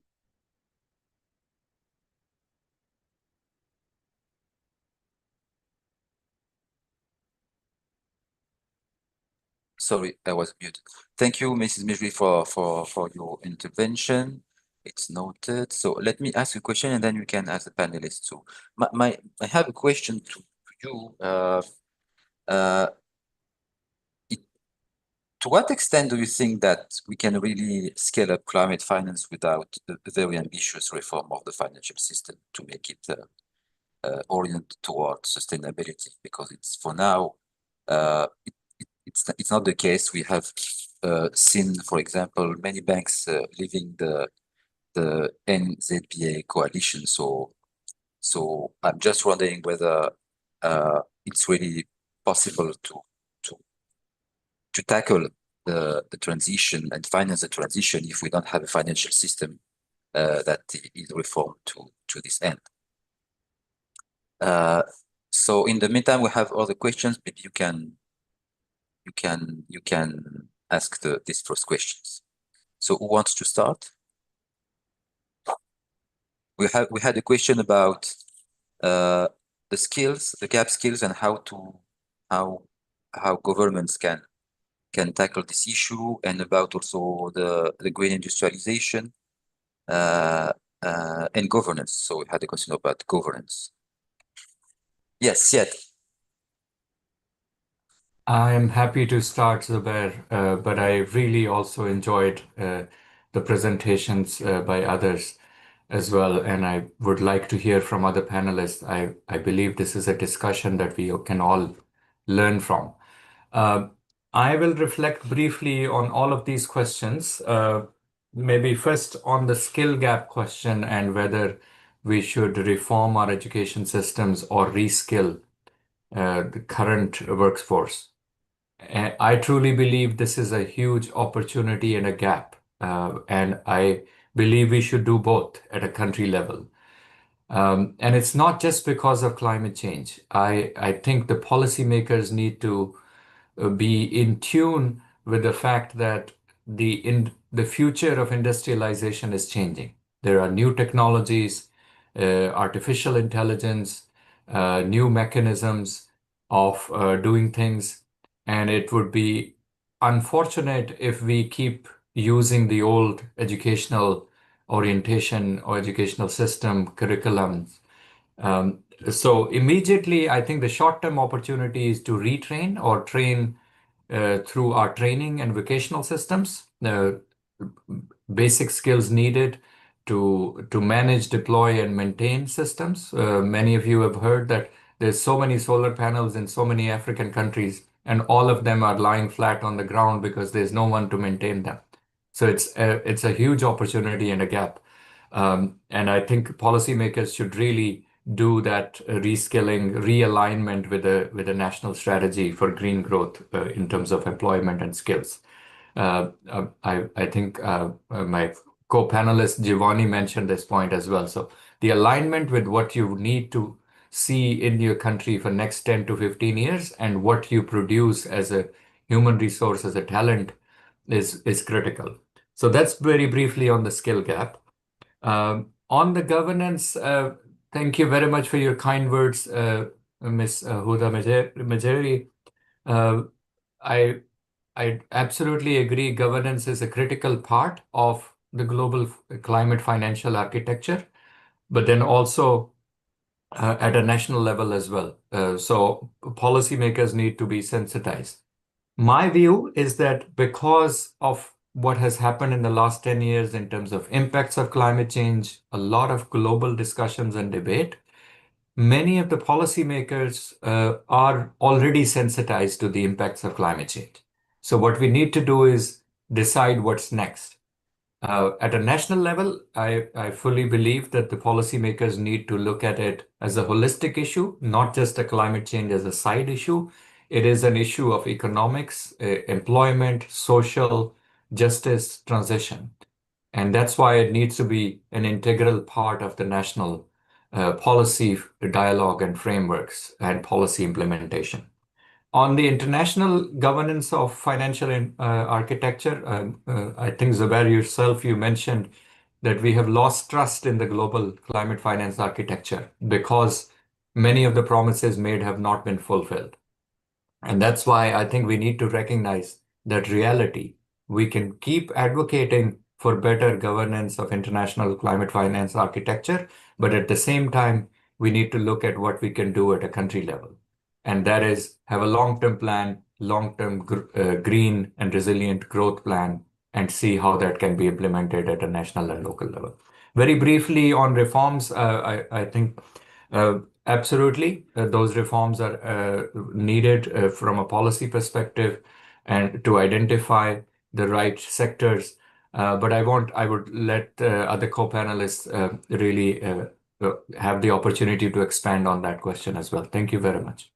Over. Thank you, Siad.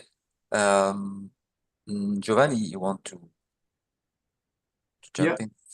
Yeah, thank you very much, and thanks for also for the very stimulating questions. So first on a skill gap, I think one of the things which is actually an advantage in some sense for Africa, I would say, is the youth bulge. In relative terms, the labor force tends to be quite young. So it seems to me is more of an issue of strengthening and upgrading the existing system than so much retraining already pre-existing labor force, which is more an issue. Of course, continuous learning is relevant across the world, but I think it's more an issue for more aging societies. What came to my mind when this question was asked was that definitely it's important to ensure that there's a partnership between the private sector and the market actors and the education system to ensure that there's an adequate range of skills that is provided by the education system. But we should also think more carefully about the vocational training issues. Think, for example, Syed was referring to the maintenance of solar panel. You don't need a graduate to maintain that. You may simply need a well-trained, person with secondary education level. In fact, when we looked at some of these issues, I remember coming across a project in India.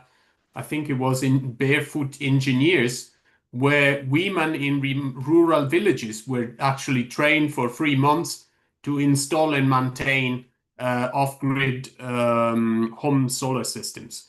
So I think we should refrain from thinking about the skill gap as only something that pertains to the tertiary education and very specific skills there, but look more broadly at other skills. And the second point that came to my mind is also that in many African countries, notably in North Africa, diaspora can be a viable actor and can be mobilized much more in order to support this process of upskilling and of potentially even investing in some of these technologies. On the issue of basically green industrialization, I think the world context is evolving a lot. Of course, right now, we've done some studies, and I'll post in the chat a report about it. We've done some studies about solar and wind technologies and how global value chains in these technologies are operating. Of course, it might be hard to conquer market shares from dominant players in this market, notably China, which has accumulated a scale and a comparative advantage, which is very hard to offset.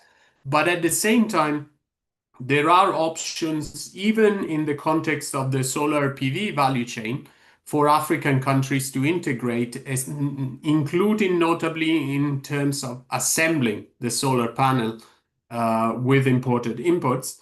And one thing that we realize is that often trade barriers within the continent are even higher than trade barriers between the rest of the world and Africa. And that, of course, undermines efforts to create a sufficient scale economy and enter into this segment of the value chain. The second point I would make is that I think industrialization is definitely important in the African context, but we should not forget also the contribution of services. As UNCTAD, we had done some studies on mining value chain and value creation within that value chain in Southern Africa, for instance. And the findings were that services for maintenance and post-sale services to all the mining equipment were actually generating more value added that the sale of imported equipment and the related assembly. So I think we have to focus not only on industrialization per se, but also on intersectoral linkages and opportunities to create a denser sort of production linkages, denser network of production linkages.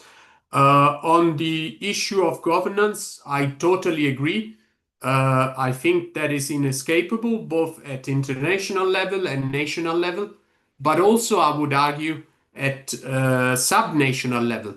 I think many of the instruments that we've talked about can also be leveraged at the municipality level, let's say, and so on.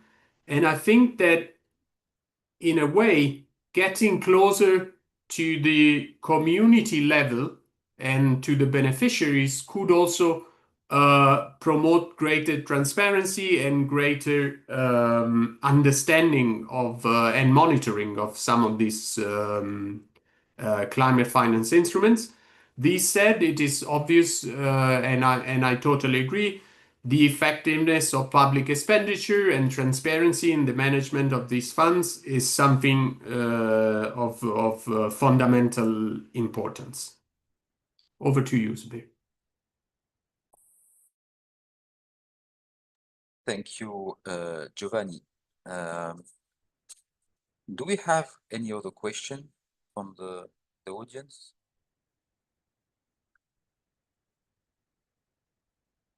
I have a question. It seems from the presentations and especially yours, maybe Giovanni, that climate finance is skewed towards energy financing now. So I know that there is a debate about, because we are facing many challenges.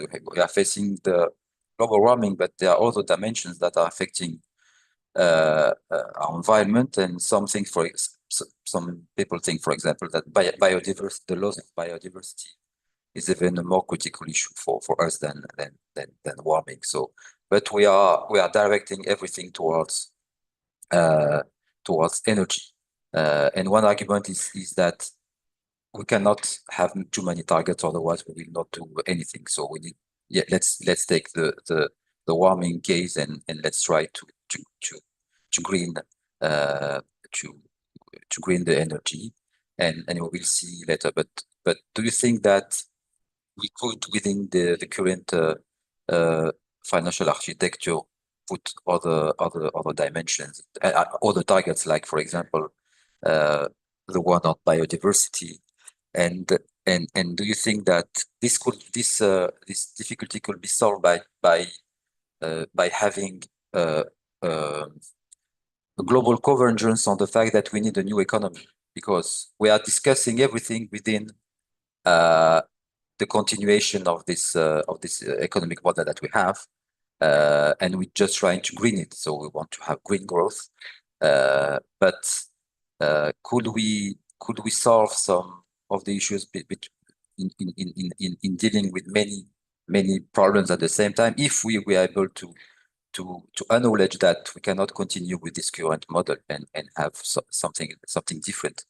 Maybe it would also ease the financial issues for Africa, because we are saying Africa that Africa could leapfrog, but leapfrog to what? We don't know. I mean, it cannot be leapfrogging to a green growth within this common, I mean, the dominant economic model, because we don't know what truly it is. So maybe there are too many questions in one question, but just to have your point on this. Thank you. Thanks a lot, Zubir, and for the $1 million question. And it would be interesting to hear also from other panelists. My feeling on this point is that, first of all, there is probably, I mean, in the presentation, the prominence of the energy sector was clear, but part of it might be driven by the fact that it's one of the sectors where mobilization of private resources and private investment has been most successful. So given that we are talking about a large role for private finance, especially internationally, and one of the slides was focusing only on blended finance. This might contribute to the to the prominence of energy in this landscape. This said, when a couple of years ago, our colleagues for the World Investment Report had looked at SDG financing gaps, so looking at the old SDGs, still the energy sector was actually accounting for close to half of the old SDG financing needs. So we are talking about a sector which, even compared to, let's say, water and sanitation or agricultural adaptation, is one where investment would be most needed. Partly also because Africa is home to the bulk of people who lack access to energy. Not perhaps in North Africa, but in the rest of the continent, by all means. My feeling is that, yes, we need to address, I totally agree with you that there's a need to rethink the whole economic system. And it seems to me, from the work we've done in various countries, there's an increasing recognition that having as a development objective just economic growth is no longer sufficient. I was working a couple of years ago in Senegal, for example, which had initially as an overarching target the idea of becoming a middle income country. By now, they're referring more to human development and more inclusive sort of goalpost. So that is absolutely crucial, and I think it's a process that it's ongoing. But I feel precisely because climate finance is scarce, one needs to focus perhaps a bit more on the pressure points through which you can then unlock interventions in other areas. And I think what I would say for the energy sector is that it then unlocks opportunities in terms of transforming agro-food product, in terms of reducing post-harvest losses, and we know how important agriculture is. But it's also critical for the competitiveness of the manufacturing sector, because energy costs tend to be disproportionate, especially in countries where you have an unreliable system. You need to pay the cost for backup generators, etc. And lastly, if we think about the global shift towards digitalization and the digital economy, of course, energy is a necessary requirement in order to unleash possibilities in the creative industry, in digital services, and so on. So I think to some extent that spotlight is well deserved. I'm not claiming that energy is the only pressure point, but I think for employment generation is one of the fundamental pressure points.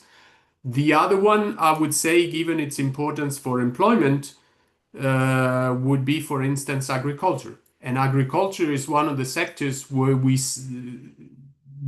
tend to see more challenging conditions in terms of mobilization of external finance and of international investment in the sector. I don't know what other, I'd be interested to hear what other panelists think about this difficult question. Thank you, Giovanni. Syed, maybe you want to add. I think Giovanni has covered most of the ground. It is a very, very difficult question. I look at it in terms of really at a country level, we need to have a strategy. And then at a global level, targeting different sectors and putting results indicators is one way of kind of expanding the finance beyond energy. But then at a national level, the countries need to have a strategy that is aligned with all of these goals. So aligned with the goals of economic development, aligned with financial sustainability goals, aligned with what gives you the maximum potential for employment, job creation. So, and in some countries, making investments in renewable energy makes most sense, at least in the next 5 to 10 years, because that would align with all of your objectives at a country level. But then in other countries, maybe that's not the best investment. So you need to identify new business models that are also green, can also generate employment, such as circular carbon economy, and many of the other the transport sector transitions as well. So I have always been an advocate that countries have the opportunity to leapfrog, and it cannot just be a side business. It really needs to be sectoral transformations. And that's where I think at a country level, you need to look at your countries and your competitive advantage and your long-term goals. But at a global level, of course, such efforts are already being made. I know of funds that have and MDBs that have targeted specifically energy, but then other sectors as well in terms of distributing financing across different sectors. So I think some of that is happening. It could happen more so, but it needs to be aligned with what the national level goals are from a country perspective. Thank you. Over. Thank you, Said. Mr. Jumail, do you want to add something to what the panelists said about, I don't know if you heard the questions that we got. One particularly was on governance of the financial architecture center. So maybe it's something that you could you have to say something on. Thank you. Well, before talking about governance, we just first tell you that you are all correct when it comes to social climate, but there is in Africa, or what you are mentioning. Mr. Jumail, we cannot hear you very well. Huh? Now, do you hear me well? Yes, it's better. Okay, sorry. I said that all what you raised as elements about the socio-economic development in Africa are correct, of course, are needed. However, the context when it comes to climate finance, it's a context of where there is responsibilities, obligations, commitments from the public side, from the governments that sign and ratify the treaty. Then to complement this, there is the private sector, there is the MDBs, there is the other side. And on these elements, the private sector doesn't have any obligation, doesn't have any commitment when it comes to climate finance. If the private sector, the MDBs are being involved on climate finance provision to make business, to have profits and this is how it can be seen, and all these elements are part of the governance when it comes to climate finance, including creating jobs and other elements, of course. And on this governance issue, depends on who is doing what, and which obligation for which objective. And the elements, in fact, I understand that it's quite difficult to understand that what we are having under the climate process needs to be based on responsibilities, on obligations, commitments. But we cannot allow a shift to those that don't have responsibility, that are not committed, or just are there to make profits or to do business. And to do business, you don't need the UN system. This is something which is very important. But it seems that in the UN system, most of those that are intervening on behalf of the UN system, agencies and other entities, including the entities that are operating entities of the financial mechanism of most of the multilateral environmental agreements, they are trying to do business, to create projects, to create money, and to this is something which is really undermining and disturbing the whole sense and use of the UN system, where parties and governments are having obligations. I think from this, the governance issue, be it directly from parties, countries, or from international organizations or under the UN system, is something that need to be fixed, maybe reviewed for the benefits of really having climate finance and accessing equitably to climate finance. Thank you. Over to you. Thank you, Mr. Jumai. I think that we don't have any other question, and we are at have exhausted the time of the webinar. So I would like to thank you all for you, especially the speakers, for your time and the rich conversation, and the participants. I hope that we had a good meeting. We will share the link to the webinar for those who want to have it, to share it or to look at it again. And so thank you for your time, and have a good day. Thank you very much. Have a nice day. Thank you very much for the invitation. It has been a pleasure. Take care. Bye. Thank you.